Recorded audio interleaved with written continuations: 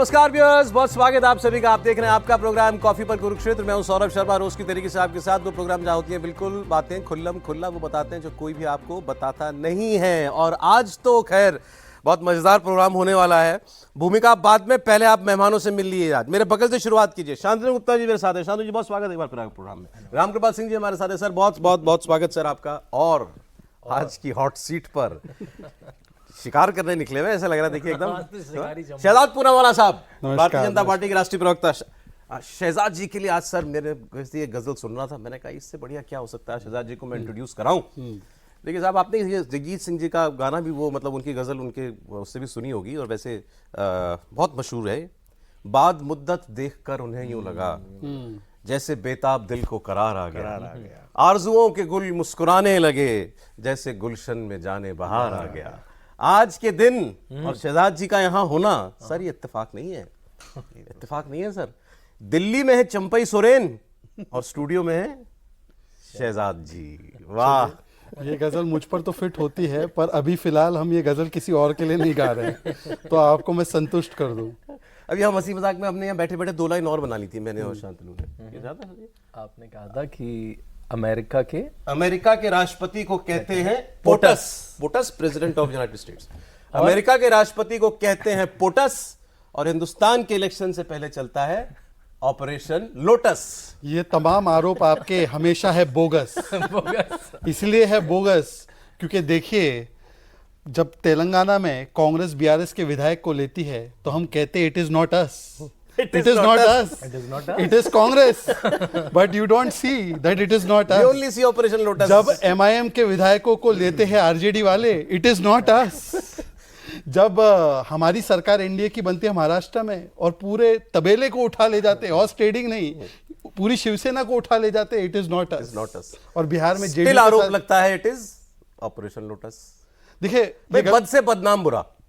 मुझे लगता है कि कम से कम जो विष्णु जी का कमल है, जो हमारे इतना सनातनी संस्कृति में कमल को माना जाता है, कम से कम इस नाम को छोड़ देती कांग्रेस। उनको हमसे दिक्कत है, ऑपरेशन बीजेपी बोल देती, ऑपरेशन लोटस बोलकर करोड़ों हिंदुओं की आस्था पर मंझे हुए हैं। नहीं सौरभ जी देखिए, इसको भी सनातन से जोड़ दिया। सौरभ जी, मैं तो मुसलमान हूं, पर मैं देखता हूं ना कि दिवाली में माँ लक्ष्मी लोटस पे आती है। हम देखते हैं विद्या की माँ सरस्वती लोटस पे सवार होकर आती है। तो जो संपन्नता का प्रतीक है, जो हमेशा हमारे धन और हमारी मैं कहूंगा कि ज्ञान का प्रतीक है, उसको बदनाम करने का काम कांग्रेस ने किया। आप बिल्कुल ठीक कह रहे हो। लक्ष्मी जी पर ही तो सवार होकर लोग लोटस पे आते हैं। देखिए ऐसा है, ऐसा सुनिए। और ये मैं नहीं कह रहा हूं, एक सेकेंड, ये कह रहे हैं सौरभ जी, कम से कम आज एक आदिवासी व्यक्ति चंपई सोरेन जी पर इस प्रकार का आरोप, कांग्रेस और हेमंत सोरेन, हाँ मैं वही कह रहा हूं ना, 2 महीने 3 महीने पहले आपके इतने विश्वस्त थे कि आपने उनको मुख्यमंत्री बनाया, टिकाऊ थे तब मुख्यमंत्री बनाया, और रातों रात बिकाऊ बन गए। एक आदिवासी व्यक्ति पर इस प्रकार का अपमानजनक व्यवहार और बयान, मैं समझता हूं कि यह बहुत गलत है। देखिए, इलेक्शन कमीशन के लिए भी बोले हेमंत सोरेन, बात की बात है, लेकिन जो उन्होंने इस सिलसिले में कहा है वो पहले तो आपके लिए कहा है। कि हम चुनौती देकर कहते हैं आज चुनाव कराओ, कल झाड़ू पोछा मारकर इनको गुजरात भेज देंगे। अच्छा। इनको गुजरात भेज देंगे, ये कह रहे हैं हेमंत सोरेन। इनके लिए ये लोग गुजरात, असम, महाराष्ट्र से लोगों को लाकर आदिवासी, दलित, पिछड़ा, अल्पसंख्यक के ऊपर जहर, उनके मन में जहर बोने का काम करते हैं। और विधायक, ये विधायक खरीद लो, वो विधायक खरीद लो, फिर आगे सर वो खुद ही कह रहे हैं, मुख्यमंत्री कह रहे हैं। और पैसा ऐसी चीज है, नेता लोग भी फिसल जाते हैं। नहीं, मेरा आरोप इसी पे एक बात है, एक वाक्य फिर आप ही कहना राम जी। क्या वो कह रहे हैं, ये हम पर आरोप नहीं है, आपने गलत पढ़ा है। ये कह रहे कि जिनको मैंने विधायक बनाया, ये दरअसल ईबे पे बिकने वाले, अमेज़न पे बिकने वाले वस्तु से भी ज्यादा सस्ते हैं, कि कोई ऑफर कर दे तो बिक जाते हैं। मतलब अपने विधायकों के प्रति इतना अविश्वास। ऑफर किया था? नहीं, मैं कह रहा हूं कि उनको लगता है कि वो बिकाऊ है, उनको लग रहा है कोई ऑफर कर देगा तो चले जाएंगे। इस प्रकार का आरोप कम से कम अपने चुने हुए विधायक, आप मुझे बताइए, कभी भाजपा इस प्रकार के आरोप अपने विधायकों पर नहीं लगाती, पर कांग्रेस चीख चीख कर कहती है ये बिकाऊ विधायक है, तो बनाए क्यों भाई? जेएमएम चीख चीख कर कहती है बिकाऊ, तो बनाए क्यों भाई? अगर ये टिकाऊ नहीं थे, बिकाऊ थे तो बना। अच्छा, वो टिकाऊ नहीं बिकाऊ है, ठीक है, बोली उनका कहना है, मैं नहीं। बोली कौन लगा रहा है? हाँ, बोली किसने लगाई? हमने तो नहीं लगाई ना, हम कभी लगाते। पर हाँ, एक चीज मैं कहना चाहता हूं, क्योंकि आप मेरे मुंह में उंगली डाल रहे हैं, तो एक आध चीज तो मैं भी बोलूंगा। मैं बताता हूं, आपने जेल आप गए तो पत्नी को नहीं बना पाए या परिवार के किसी व्यक्ति को नहीं बना पाए, तो आपने इनको विश्वास पात्र समझ के बनाया, फिर इतना अपमान करके निकाला। क्या अपमान? अरे रातों रात निकाल दिया। जो जेएमएम की जिसने बैठाया था उसी ने उतारने को कह दिया। नहीं, ये मुख्यमंत्री का पद है, ये कोई अपने घर का सोफा थोड़ी है कि यहां पे बैठा है तो उतर जाओ। मैं कह रहा हूं कि 4.5-5 साल की जो सरकार थी, अगर कुछ काम का प्रयास किया गया पिछले कुछ महीनों में, तो उस व्यक्ति को कम से कम अपमानजनक तरीके से, मैं आपको उदाहरण देता हूं, झारखंड सरकार की बड़ी बड़ी एडवर्टीजमेंट छपती है, एक में भी चंपई जी का फोटो नहीं। ये मैं व्यक्तिगत रूप से कह रहा हूं, ये पार्टी का स्टैंड नहीं है, मैं आपको बता दूं। तो मैं केवल इतना कह रहा हूं कि इस प्रकार से अपमानित करना, अच्छा ठीक है सर, ये नहीं करना। अरे पंच आज के रामकृपाल सर हैं। नहीं। सर आज आप पंच हो हमारे। देखिए, मैं तो बहुत मस्ती में यथार्थवादी बात करूंगा।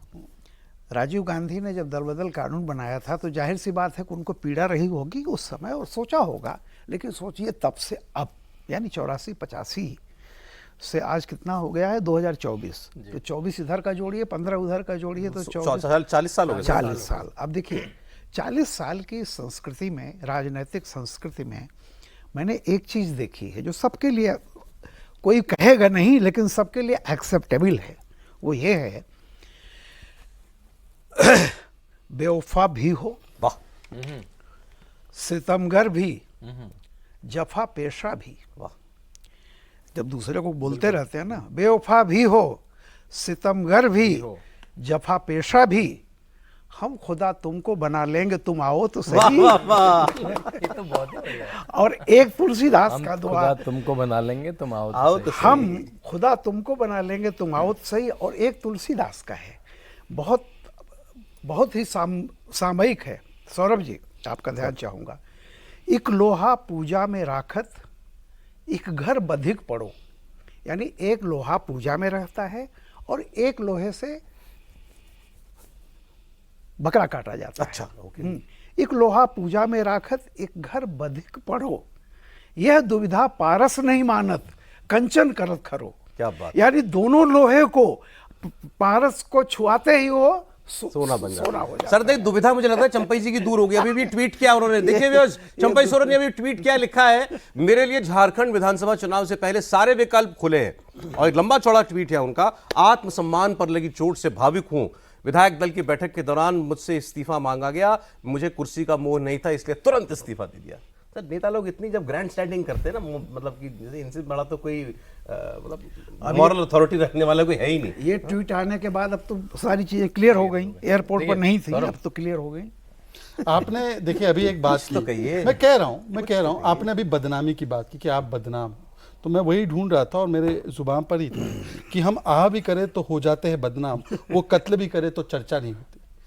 सौरभ जी मुझे बताइए कि हम पे इतने कत्ल के इल्जाम लगाए जाते हैं, अब हरियाणा में जो हुड्डा बनाम कुमारी शैलजा बनाम सुरजेवाला चल रहा है, उस कत्ल में हमारा क्या रोल? दुष्यंत चौटाला की पार्टी का कत्ल कौन कर रहा है? अरे भाई साहब देखिए, 10 विधायक चुन करके लाया था वो नेता भाई, 7 ने इस्तीफा दे दिया, 4 ने तो कल दिया। अरे देखिए ऐसा है, देखिए मैं आपको बताता हूं, और इसके पीछे- वो इल्जाम लगा रहे हैं इसके पीछे- दुष्यंत चौटाला, देखिए ये पहले सारे भाजपा के कार्यक्रमों में जा रहे थे मेरे विधायक। सुनिए सौरभ जी, मैं आपको थोड़ा सा टेक्निकली समझाता हूँ, शांतनु जी है। हमारे राजनीतिक दलों को एक चीज समझनी होगी कि राजनीतिक दल जो है वो पारिवारिक फिefdom की तरह नहीं चल सकते। क्या हो रहा है, अगर आप देखोगे एनसीपी का, शिवसेना का, या अभी जेएमएम में जो भी अब ये तथाकथित क्राइसिस चल रही है, एक परिवार का धड़ा है और एक पार्टी का धड़ा है। जब परिवार का धड़ा इतना हावी हो जाता है कि वो पार्टी के धड़े की सारी आकांक्षाओं को अनदेखा कर देता है, तो परिवार का धड़ा अलग थलग हो जाता है और जो पार्टी का धड़ा है वो निकल कर आ जाता है। यही एनसीपी के केस में हुआ है। पवार जी को पुत्री मोह ने, एक प्रकार से उनकी पार्टी उनके हाथ से निकल गई, उद्धव जी के पुत्र मोह ने, और यहां पर भी अगर परिवार मोह नहीं छूटेगा तो ये निश्चित हर पार्टी के साथ होने वाला है। 5 साल सरकार चलाई उस आदमी के साथ आपने मिलकर, 4 साल दुष्यंत चौटाला के साथ, अब अचानक से वो परिवारवादी हो गया। मैंने किसी के बारे में स्पेसिफिक नहीं, मैंने सिद्धांत के बारे में बोला। ये सिद्धांत है, आप इसको समझने की कोशिश कीजिए। क्यों भारतीय जनता पार्टी में करोड़ों लोग हैं, हमारे करोड़ों कार्यकर्ता हैं, पर इस प्रकार की टूट फूट भारतीय जनता पार्टी में क्यों नजर नहीं आती? जब हम सत्ता में नहीं थे तब भी, आप बताइए ना, कांग्रेस जब सत्ता में रही है तब भी वो A to Z स्प्लिट हुई है, और जब भाजपा सत्ता में नहीं रही, और अधिकतम हम सत्ता में नहीं रहे, फिर भी भाजपा में एक आइडियोलॉजिकल बेस, एक ये बात आपकी लीडरशिप, सही है। एक कमिटमेंट I है। agree। इस चीज को अगर जितना इग्नोर करना है, देखिए आप अच्छी शायरी मुझसे ज्यादा करते हो, शायरी में आप जीत सकते हो, लॉजिक में मैं आपसे जीतूंगा। तो मैं इसलिए कह रहा हूं, लॉजिकली सोचिए, ये पार्टियों के ऊपर बहुत गहरा संकट है। उनको समझना होगा कि परिवारवाद की जो राजनीति है वो एक ये तो सारी पार्टियां मान रही हैं कि पार्टियों के लिए संकट है, लेकिन वो कहती है सारी पार्टियों के लिए संकट भाजपा है। देखिए मुझे लगता है कि अरे ये आज आप ठीक है, ये दो केवल एक लास्ट वाक्य कहूंगा कि आज कम से कम इस बयान से जो सुरेन साहब है उन्होंने मान लिया है कि अगली सरकार भाजपा की बन रही है, इसीलिए सभी लोग टूट के, अगर ये टूट रहे हैं तो भाजपा की ओर आना चाहते हैं, मतलब कि भाजपा ही वहां पर आने वाला विकल्प है, कोई हारने वाले के पास तो नहीं जाएगा। आप बोलो, आप शांतनु जी बताइए दाम है इस लॉजिक में। जी देखिए ये जब कोई पार्टी छोड़ के दूसरी पार्टी में जाता है तो एक चटपटी खबर तो बनती है, लेकिन आप फंडामेंटली देखिए, किसी भी पार्टी में, किसी भी कंपनी में, किसी भी ऑर्गेनाइजेशन में दो तरह से लोग ग्रो करते हैं, एक ऑर्गेनिकली, एक लेटरल एंट्री से। चैनलों में ऐसा होता है, कितने एंकर इस चैनल से उसमें चले जाते हैं। हाँ? आप बहुत सारी हद तक ऑर्गेनिक जा सकते हैं, लेकिन आपको लेटरल एंट्री लेनी पड़ती है, आपको टैलेंट लेना पड़ता है। भाजपा ने ग्रो करा, नॉर्थ ईस्ट में नहीं था, उन्होंने हेमंत बिस्वा को लिया, शहजाद कांग्रेस से आए, ज्योतिरादित्य सिंधिया कांग्रेस से आए, और ऐसे कुछ लोग भाजपा से भी गए होंगे जो एमपी में टैलेंट नहीं था क्या ज्योतिरादित्य सिंधिया को लिया, मतलब आपको नहीं, काउंटर आर्गुमेंट। बिल्कुल टैलेंट रहा होगा, लेकिन एक और आदमी झारखंड में talent नहीं है टैलेंट तो ऐसा ना, टैलेंट तो अगर आप +1 कर लो तो नुकसान नहीं होगा ना, आपके पास एक्स टैलेंट है, x+1 इज ऑलवेज गुड। नहीं, तो आपको दोनों तरफ से शांतनु करना पड़ेगा। नुकसान कर देता है शांतनु जी ये। नहीं, वो तो जब +1 होता है ना तो पहले वाला प्लस माइनस हो जाता है। वो ट्रेड ऑफ है, वो ट्रेड ऑफ है। बात कर ले फिर मैं कंप्लीट करूंगा। तो इसलिए आप ऑर्गेनिकली भी ग्रो करेंगे, आप लेटर एंट्री भी लेंगे, बाहर से भी लेंगे, और ये हर विधा में होता है। अभी हर विधा में होता है, और आप कहीं पे भी आपको करियर देखना है, अगर ग्लास सीलिंग है कि मैं तो अखिलेश से ऊपर बढ़ ही नहीं सकता, मैं तो राहुल गांधी से ऊपर बढ़ ही नहीं सकता, शरद पवार क्यों निकले? उनको लगता है वो स्पेस ही नहीं था। कांग्रेस में जितने वर्टिकल स्प्लिट क्यों हुए? ममता बनर्जी, भाई वो आप स्पेस नहीं देंगे तो अलग बन जाएंगे। आप पटनायक देख लीजिए, वायएसआर का लड़का देख लीजिए, जब आपको एक ग्रोथ की स्पेस नहीं होगी, वहां पे परिवारवाद आता है कि कोई भी कांग्रेस का प्रवक्ता या कोई भी बड़ा नेता सोच ही नहीं सकता, सीलिंग है वहां पे कि राहुल गांधी या परिवार जो डिसाइड करेगा।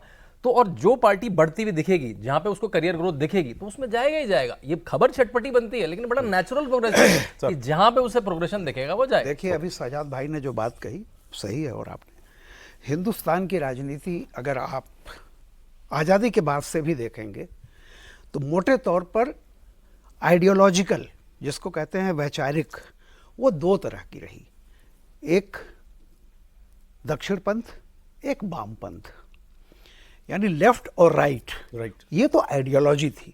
इसलिए आप आज की तारीख में देखें, अगर संगठन कहीं बचा हुआ है सही मामलों में तो वो लेफ्ट में है या दक्षिण राइट में है। बीजेपी तो अब ये जो बीच की पार्टियां हैं, ये बीच की पार्टियां इसलिए कि किसी आइडियोलॉजी में नहीं थी, वो मीडियोकर जैसे सेंटर में होता है कि वो इनका ग्लू क्या है सर? सत्ता। वही बस इसलिए तो बता रहा हूं ना, क्योंकि अगर वो लेफ्ट की होती जैसे उस समय का, तो वामपंथ की तरफ जाती, राइट की होती उधर जाती।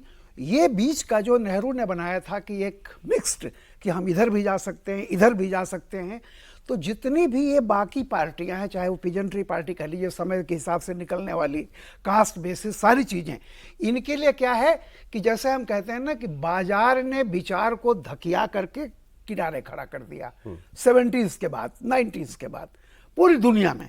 और जिस तरह से तेन स्याओ फेंग ने कहा कि बिल्ली काली है या सफ़ेद, अगर वो चूहे पकड़ती है तो अच्छा है, यानी चाइना ने कैपिटलिज्म को मान लिया, रसिया ने भी मान लिया, टूट गए, क्यूबा ने भी मान लिया। तो ये जो बीच की पार्टियां हैं, ये समय के हिसाब से, यानी हवा जिधर ले जाएगी, जिधर का रुख देखेंगे कि इधर भविष्य है, उधर चली जाएंगी। इसलिए मैं एक बात कहता हूं कि जो अभी ये सब बातें सारी हो रही थी, इसमें देखिए दंतोपंत ठेंगड़ी आज से करीब, मुझे याद है मैं जब पढ़ रहा था 40 साल पहले उन्होंने एक बात कही थी। उन्होंने कहा था कि दो धाराएं हिंदुस्तान में, एक वामपंथ, कैपिटलिज्म एंड सोशलिज्म, और वहां बिल्कुल विभक्त था, liberty at the cost of equality, ये था लेफ्ट, और equality at the cost of liberty, ये लेफ्ट था, और liberty at the cost of equality, यानी कि हम आज़ादी नहीं छोड़ सकते, चाहे आप सुधार कर लो, जो भी कर लो, वामपंथ और दक्षिण पंथ। तो उन्होंने कहा था कि इन दोनों के बीच जो भी ये ताकतें उभरेंगी, उनको अगर दिशा नहीं दिखाई गई तो वो इस तरह की होंगी जैसे समंदर में एक नाव खड़ी है और उसको कह दिया गया चलो, तो जब उसको दिशा नहीं बताई गई तो जिधर भी जाएगा वही उसकी दिशा होगी, ठीक बात है। उसको आप दिशा ही नहीं कह सकते। वही हिंदुस्तान की इन मीडियोकर पार्टियों का या बीच वाली पार्टियों का जो है। वही हाल है। पर मैं- आज यहाँ कल वहां परसों मैं वहां। दो बातें कहना चाहता हूँ। एक तो शांतनु जी ने सही प्रयास किया बोलने का, पर मैं उनकी बात को एक नैरेटिव और जोड़ना चाहता हूँ। सवाल लैटरल एंट्री और ऑर्गेनिक एंट्री का नहीं है, सवाल पैराशूट एंट्री का है। लैटरल एंट्री में भी मेरिट और टैलेंट हो सकता है, आपके सामने भी बैठा है।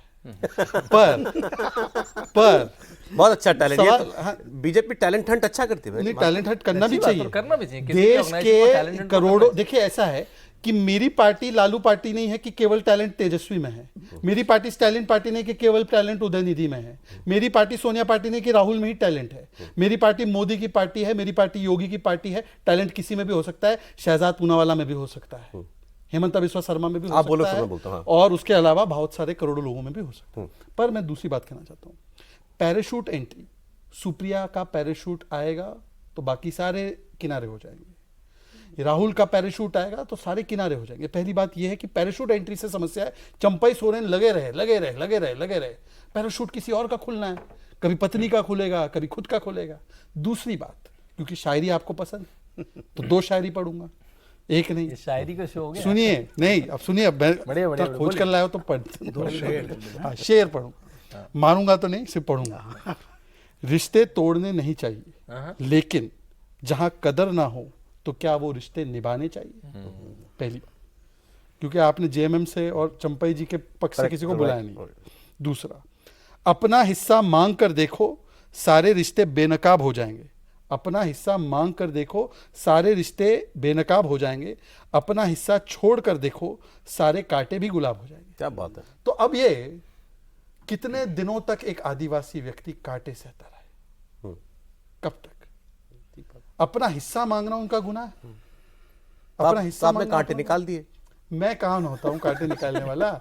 मैं तो केवल गुलाब को देखता हूं और गुलाब की मैं अहमियत समझता सही हूं। बात। आप गुलाब में कांटे खोज रहे हैं, हम गुलाब में अच्छा, गुलाब ऑन देख सीरियस रहे हैं। नोट, अभी क्योंकि सर ने हमें अच्छा, ये सीरियस भी होना है शो में? हाँ, होना बिल्कुल अभी होना। आपने कभी बोला कभी होते हैं serious ना। भी होना है। नहीं, सर ने सब हमें एक आइडियोलॉजिकल वो समझाया कि भाई क्या है, मतलब धाराओं का पिछले हमारी पॉलिटिक्स में भाई कि कमिटमेंट आती है वहां जहाँ कहीं कोई विचारधारा हो। लेफ्ट में विचारधारा है, आपकी पार्टी में विचारधारा, अग्रीड। लेकिन जो आप ये लैटरल एंट्री कह रहे हो, इनमें कहां से वो कमिटमेंट आती है? मैं आपको बताता हूं। कई लोगों को लगता है कि बीजेपी डाइल्यूट हो रही है लैटरल एंट्री Yes, करवाने से। yes, हाँ, सुनिए, yes. आप समझ ही नहीं पाए। बीजेपी जब भी लैटरल एंट्री होती है वो बीजेपी की आइडियोलॉजिकल विक्ट्री है कि जो व्यक्ति बीजेपी के हर विचार को खंडित कर रहा था कुछ वर्षों पहले, मैं भी था, आज मैं अपने विचारों में तब्दीली और परिवर्तन, और इंसान हमेशा अपनी विचारों में परिवर्तन करता है। यहां पर बैठा कोई व्यक्ति नहीं, वो नहीं कह सकता कि जो मैं 16 साल की उम्र में सोच रहा था वो मैं 26 साल की उम्र में सोच रहा था, फिर मैं 36 साल की। हर आदमी में परिवर्तन आता है, आपके भी विचारों में आया होगा कई विषयों पर। तो आज भाजपा वही खड़ी है। भाजपा ने अपना स्टैंड राम मंदिर पर डाइल्यूट किया है? नहीं। 370 पर डाइल्यूट किया है? नहीं। यूसीसी पर डाइल्यूट किया है? नहीं। नारी शक्ति वंदन अधिनियम पर किया है? नहीं। जो लोग हो सकता है एक समय पर राम मंदिर के खिलाफ थे, आज वो भी कह रहे जय श्री राम। ये भाजपा की विक्ट्री है। आज तो ऐसी स्थिति आ चुकी है, जो रोम रोम करते थे वो मंदिर जाकर राम राम करने लगे, कृष्ण के स्वप्न आने लगे, राम भक्तों को मारने वाले लोगों को। तो मुझे लगता है कि भाजपा ने किस प्रकार से सेंट्रल पोल ऑफ पॉलिटिक्स को ऑक्यूपाई किया है, यह इसका सबसे बड़ा प्रमाण है कि जो आना भी चाहता है वो अपने पुराने विचारों को छोड़कर, अपने अंदर का कांग्रेस ही छोड़कर, वो कांग्रेस मुक्त होकर आ रहा है। ये भाजपा की जीत है, वैचारिक जीत है। वैचारिक जीत है, मैं इससे सहमत नहीं हूं। वो आ रहा पावर के लिए, वो उसको अपना भविष्य दिखता है आपके यहाँ। ठीक है, मुझे भाजपा कुछ देगी, नहीं, और मेरी पार्टी के पास है नहीं, हम यही तो बात कर रहे हैं। ऐसा है, कई ऐसे उदाहरण है, मैं आपको बता सकता हूँ 10-15 सेकंड। कई ऐसे उदाहरण हैं जो भाजपा में आने के बाद भी जो पहले एंजॉय कर रहे थे उनको नहीं मिला है भाजपा में स्थान, उनको पोजीशन नहीं मिला है, पर वो आज भी कहते हैं कि मुझे आज यहां पर आत्मसम्मान और संतुष्टता मिली है। क्यों मिली है? दो रीजन है। फॉर एग्जाम्पल भी देना पड़ेगा। हाँ, मैं अपना खुद का एग्जाम्पल दे रहा हूं। मैं खुद का एग्जाम्पल दे रहा हूं। आपको मिला है? मैं राष्ट्रीय प्रवक्ता हूं। हाँ। और भी मिलेगा? नहीं, और भी मिलेगा ना, तो मिलेगा जब मिले। पर क्यों मिलेगा? सुनिए, क्यों मिलेगा? मेरिट से मिलेगा। मैं राष्ट्रीय प्रवक्ता हूं, मैं बहुत संतुष्ट हूं। मेरे से ज्यादा सीनियर लोग राष्ट्रीय प्रवक्ता भी नहीं है, वो आए हैं पार्टी में। इसीलिए मैं कह रहा हूं कि आप हमेशा ये जो लगा रहता है ना कि एक थैली की बैग पड़ी है यहाँ पर और फिर यहाँ पर एक पद का वो डॉक्यूमेंट पड़ा है, हाँ क्या लेना चाहेंगे आप, आइए आइए आपके लिए स्वागत करते हैं, आप पद चाहेंगे, अच्छा पद ले लो, आप पैसा चाहेंगे, ऐसा नहीं होता भाई साहब। हमें भी एक विचार हमारा जो रहता है, मेरी क्या लड़ाई थी कि पार्टी में, कांग्रेस पार्टी में प्रोफेशनलिज्म आए, फैमिली रन ना हो, वहां पर एक वैचारिक क्लैरिटी हो। वो जब नहीं करे, 7 साल 10 साल लगाने के बाद अगर कोई पार्टी सुधरने को तैयार ना हो तो क्या कोई व्यक्ति आप कह रहे हैं कि मतलब भाई हम अपनी शर्तों पर लेते हैं हर किसी को, हम मतलब वो आएगा आप तो मुझे एक उदाहरण बताओ जहां पर भाजपा ने अपनी शर्तों से जो है या अपनी जो वैचारिक उसकी पृष्ठभूमि है उससे कॉम्प्रोमाइज किया और डाइल्यूट किया, एक बताओ। मैं तो आज कह रहा हूं छोड़िए ना बाकी सब, यूसीसी की हमने बात की, सेकुलर कोड है, जो यूसीसी का विरोध करने वाले लोग थे वो यूसीसी के समर्थन में आज। सौरभ जी, हाँ सर, आप कन्विंस्ड हैं जो आपकी वरना शायद बाहर आती। मुझे इस पर एक उदाहरण याद आ गया, बताता हूं आपको। मुझे किसी ने किस्सा सुनाया था आपके आर्गुमेंट को सपोर्ट करने वाला। अब वो मुझे कितना पता है। सही है मुझे नहीं पता, किसी ने मुझे सुनाया, मैं सुनाता हूँ आपको। आप नहीं, आप सुना दीजिए फिर मैं। ये जो बात अभी कह रहे थे ना कि हम कोई वो नहीं है कि हम पद ले लो और थैली ले लो तब आओ, ऐसा कुछ नहीं। तो मुझे किसी ने एक बार कहा कि यूपी में कोई व्यक्ति बीजेपी के लिए काम करते थे और इनके लिए कभी कभी टीवी पर पक्ष भी रखते, तो प्रवक्ता नहीं होंगे लेकिन टीवी पर जाकर के कभी होता है ना कि समर्थक जाकर के पक्ष भी रखते। तो उनकी मुलाकात होगी अमित भाई से, अमित शाह जी से। आई डोंट, मैं फिर कह रहा हूँ ये कैविएट है, मुझे नहीं पता है कितना सच है, समबडी टोल्ड मी। तो उन्होंने जाकर के कहा कि भाई उनकी इच्छा ही थी कि भाई ये पद मिल जाए। तो उन्होंने कहा सर देखिए जाते हैं बीजेपी समर्थक, आपके लिए हम लोग मतलब पार्टी के लिए हम लोग बोलते भी हैं, सब आपका समर्थन करते हैं, लेकिन क्योंकि पद नहीं है, ऑफिशियल नहीं है, तो इसलिए बड़ी दिक्कत होती है। अब हमको अगर हम लोग ऑफिशियल हो जाएंगे तो तकलीफ कम होगी। तो उन्होंने कहा अच्छा तकलीफ होती है, छोड़ दो, मत करो। ये नहीं कि अच्छा तू मेरे लिए काम कर रहा है मुझे कुछ दे देता हूँ, तकलीफ दिक्कत होती है, रहने दो, मत करो, करना है तो करो, आपकी कमिटमेंट है मेरे साथ मेरी पार्टी के लिए बात करने की, आइडियोलॉजी के लिए बात करने के लिए, तो करो। कुछ आपको याद आ रहा है क्या कोई किसी आदमी को? नहीं, मुझे लगता है कि एक अप्रोच जो है पार्टी का, जो मैंने अभी कई वर्ष हो गए मुझे भी, वो अप्रोच केवल और केवल मेरिट बेस्ड है, वो रिकमेंडेशन बेस्ड, लॉबिंग बेस्ड, और इस प्रकार से वो जैसे बोलते हैं ना तात्कालिक कॉन्ट्रैक्चुअल एग्रीमेंट कि मैं आ रहा हूं आप मुझे ये दे दो, हाँ। इस प्रकार से ये तात्कालिक कॉन्ट्रैक्चुअल एग्रीमेंट बेस्ड नहीं है।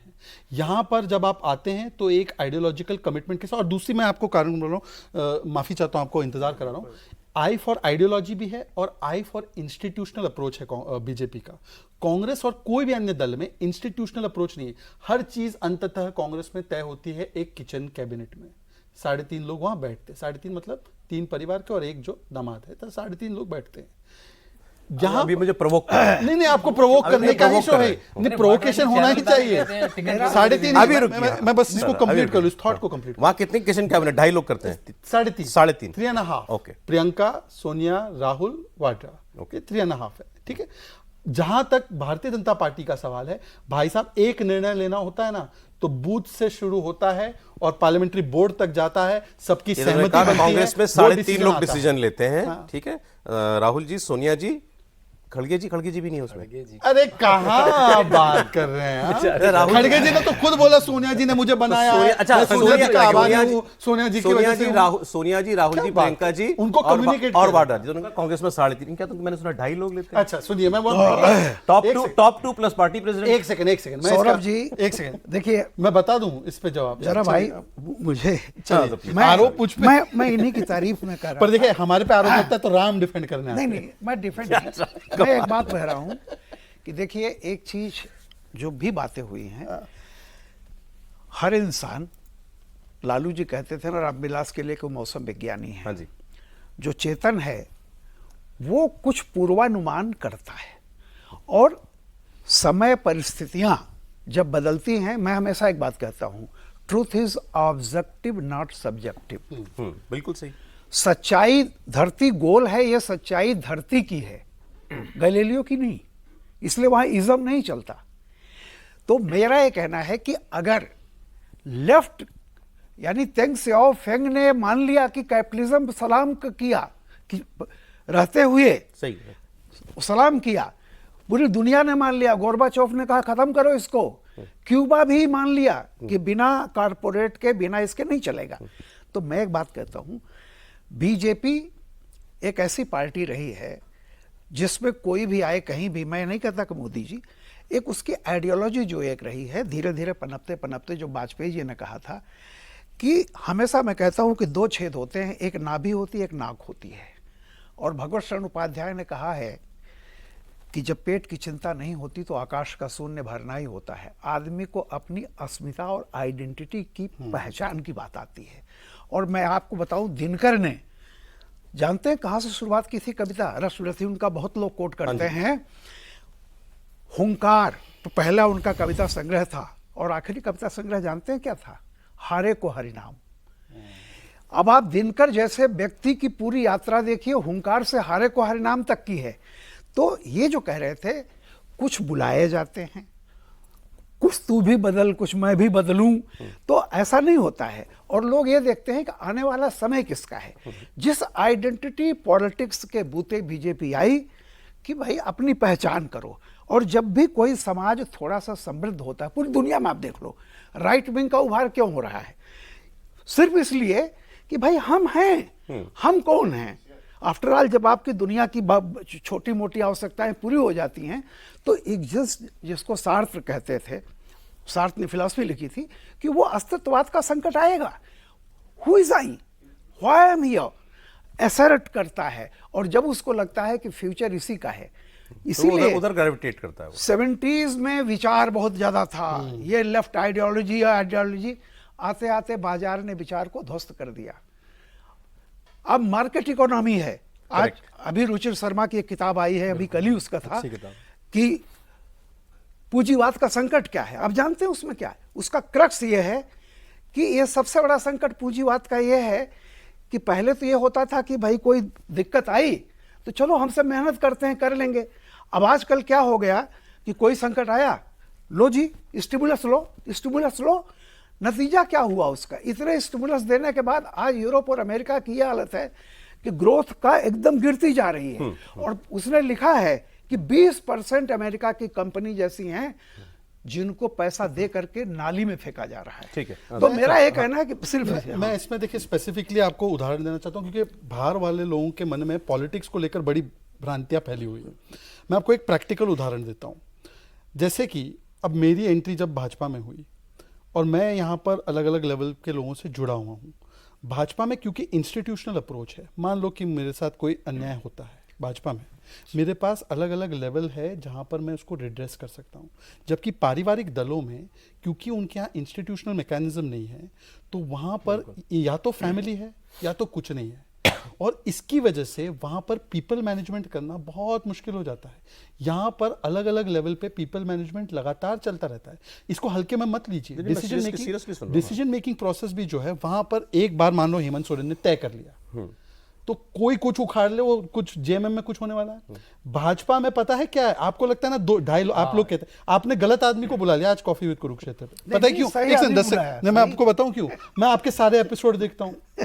आपको पता है इसी चेयर पर नहीं, इस चेयर पर एक दूसरे व्यक्ति बैठते, विनोद अग्निहोत्री, फिर एक और आते हैं, वो बोलते हैं ये 2.5 लोगों की तो कोई सुनता नहीं है, योगी जी अपने मन की चला रहे हैं, अरे वो शिवराज तो अपने मन की चला रहा है। और यहाँ पर फिर यहाँ पे बैठने वाला दूसरा व्यक्ति बोलता है नहीं ये 2.5 लोग चला रहे। आप तय कर लो भाई, कॉफी विद कुरुक्षेत्र का एक एडिटोरियल लाइन हो, या 2.5 लोग तय कर रहे हैं या वो लोग चला। सबकी अपनी अपनी राय है। यहाँ सबसे बड़ी आखिरी आजादी है। वही तो मैं कह रहा हूँ, वहीं पर हमारी पार्टी में बहुत आजादी है। हमारी पार्टी में भी बहुत आजादी है। हमारी पार्टी में हर जैसे एक टिकट का मैं आपको ओपन बोलता हूँ, ये हमारी सुषमा जी की बेटी बांसुरी को जो टिकट मिला, बांसुरी जी के टिकट के लिए मुझे पता है, मुझे फोन आया, मेरे अलावा हजारों कार्यकर्ताओं को फोन गया कि इस सीट पर हमारे पास ABCD 4-5-6 विकल्प है और आप भी बताइए कोई और विकल्प है किसको टिकट दे। सबके व्यूज को संकलित किया गया, फिर जाके वो डिस्कशन हुआ दिल्ली में, फिर जाके वो डिस्कशन हुआ नेशनल लेवल पे, तब जाकर बांसुरी जी को टिकट मिला। वो तो विनेबिलिटी होती है ना, उसमें विनेबिलिटी नहीं है ये, हर पार्टी विनेबिलिटी देखकर टिकट देती है। सौरभ जी तो क्या जेएमएम ने सारे टिकट विनेबिलिटी के आधार पर, सौरभ सारे टिकट कि वो सारे टिकट लोग नहीं तय कर रहे हैं, विनेबिलिटी तय कर रही है। हाँ तो वो मेरिट है। By the way winnability is merit. Winnability के अलावा मैं आपको और एक बताता हूं, winnability is the only criteria. पारिवारिक पार्टियों में लॉयल्टी सिर्फ क्राइटेरिया होती है, वफादारी। मेरे से वफादार रहे, मेरिट जाए, मेरे से वफादार रहे जाए पार्टी का हित हो ना हो। जबकि भाजपा में inclusive decision making process with meritocracy as the prime factor ये है। और इसीलिए भाजपा क्यों आपके यहाँ अगर जब कोई बड़ा विपक्ष में भी बैठती तो मैं नहीं पूछ रहा हूँ, टूटती। आपके यहाँ कोई बड़ा नेता हो अगर, मतलब जो प्रभाव रखता है, कोई उसका लॉयलिस्ट है, आपको नहीं लगता बीजेपी में मैं वो आपको उसको बताता हूं, मैं आपको दिला बताता सकता है? एक सेकंड ऐसा उत्तर है, बोल देंगे, बोल unless देंगे। वो क्राइटेरिया मैच करे नहीं होता। मैं उत्तर प्रदेश का एक बड़ा चुनाव हुआ, नाम कोई नहीं लूंगा। चुनाव जैसे ही खत्म हुआ, मैं संगठन मंत्री के साथ उत्तर प्रदेश में बैठा था, उनके पास एक बड़ी लिस्ट थी, मैं नाम लेकर कहूंगा, मैंने कहा क्या लिस्ट है भाई साहब, उसमें नाम मेरे परिचय के नाम नहीं थे, तो उन्होंने कहा जी अमित जी की लिस्ट है, इन लोगों को किस तरह से समायोजित करो, इनको हम एमएलए का टिकट नहीं दिला पाए। अमित शाह की लिस्ट को एमएलए का टिकट नहीं दिला पाए, क्यों नहीं दिला पाए? क्योंकि उनकी अवेलेबिलिटी नहीं थी। इनको एमएलसी में अच्छे लोग हैं, समाज के अच्छे लोग हैं, समाज के साथ काम करते हैं, लेकिन वहां पे समीकरण नहीं बैठी, उनके लोग समाजिक, मतलब आप कह रहे हैं कि अमित शाह भी टिकट नहीं दिला सकते, अगर वो विनेबिलिटी नहीं है, अगर वो सर्वे में नहीं आया, पैनल में नहीं आया, उसकी विनेबिलिटी नहीं है, कास्ट की इक्वेशन नहीं बैठ रही है, अपोजिशन ने क्या कैंडिडेट खड़ा करा है, उसकी मेरिट नहीं है, उसका विरोध है लोकल पार्टी में, उसको टिकट नहीं मिलेगी। भाजपा में जोक चलता है कि भाजपा में टिकट कैसे मिलता है, पुराना जोक चलता है, अडवाणी जी ने कहा ये तो जिले का टिकट है, जिले पे गया, करे नहीं तो संगठन का टिकट है, संगठन पे गया ये तो प्रदेश अध्यक्ष का टिकट है, वो घूमते घूमते करना, किसी ने कहा तो अडवाणी जी का टिकट है, वो फिर वापस आ गया। भाजपा में टिकट कैसे मिलता है ये पता लगा लें, पार्टी का टिकट है, पार्टी का टिकट है वो, जब और तक मैं आपको पार्लियामेंट्री बता कमेटी का टिकट है वो। देखिए, हम लोग की मूल चर्चा जहां से शुरू हुई, ये एक सैद्धांतिक बेसिक प्रिंसिपल है जिसकी वजह से आप आकलन कीजिए, अगले कल भी आकलन कीजिए, मेरे बिना कीजिए, कि भाजपा विपक्ष में इतने साल रही, ज्यादातर विपक्ष में रही, क्यों भाजपा स्प्लिट नहीं हुई इतनी बार जितनी बार कांग्रेस जो सत्ता में रहकर स्प्लिट हुई? वो सैद्धांतिक प्रिंसिपल भी है क्योंकि लोग कमिटेड है आइडियोलॉजी के प्रति, तो वो आइडियोलॉजी के नाम पे भी नहीं छोड़ते। और दूसरी बात ये है, और आइडियोलॉजी खींचती है दूसरों को, और दूसरी बात ये है इंस्टीट्यूशनल अप्रोच है, यहां पर फैमिली रन अप्रोच के प्रति कितनी घृणा है ये आप समझ भी नहीं सकते। जो मेरिट जिसका है उसको ही मिले। मैं आपको इसलिए नहीं कह रहा हूं मैं भाजपा का राष्ट्रीय प्रवक्ता हूं। भाजपा अगर एक कंपनी होती है, कंपनी में कॉर्पोरेट गवर्नेंस रूल्स हो सकते हैं या फैमिली रन कंपनी की तरह चल सकती है। भाजपा एक ऐसी पॉलिटिकल पार्टी है जो कॉर्पोरेट गवर्नेंस के जो एक नियम कायदे होते हैं, मतलब ट्रांसपेरेंसी, अकाउंटेबिलिटी, जवाबदेही, परफॉर्मेंस पे बेस्ड इंसेंटिव्स, ये सारी चीजें भाजपा। सर फाइनल कमेंट आपका, वो थोड़ा शॉर्ट में करना पड़ेगा सर, जो जितनी बातें अपनी पार्टी की तारीफ में कह रहे हैं, तारीफ नहीं है, हकीकत है भाई साहब, आप तारीफ को भी हकीकत इंस्टीट्यूशनल अप्रोच है, आइडियोलॉजिकल कमिटमेंट है, वो आज भी वैसी है या कुछ डाइल्यूट हो गई है? नहीं, मैं सिर्फ ये कहता हूँ, देखिए समय के हिसाब से मैं खुद कहता हूँ कि कोई भी विचारधारा भी बदलती रहती है, लेकिन एक मोटे तौर पर जैसे मैंने कहा वामपंथ और दक्षिणपंथ, ये दो चीजें, राइट और लेफ्ट, ऐसे हैं जहां विचारधारा भी है, संगठन भी है, लेकिन समय के हिसाब से, जैसे मैंने आपसे कहा था ना, 28 कैरेट का जेवर नहीं बनता। राजनीति में अगर आप हैं थोड़ी तो मिलावट, कुछ रागा, कुछ वो फला चीजें मिलानी थोड़ा पड़ती है। पीतल बिल्कुल मिलाना सही पड़ता है। बिल्कुल सही, वो सबका साथ है, वरना सरवाइव नहीं कर पाएंगे। सिर्फ आदर्श इसीलिए अजीत पवार भी चाहिए। देखिए वो हमारी पार्टी, देखिए ऐसा सुनिए, वो हमारी पार्टी में नहीं है भाई साहब, वो हमारा अलायंस है।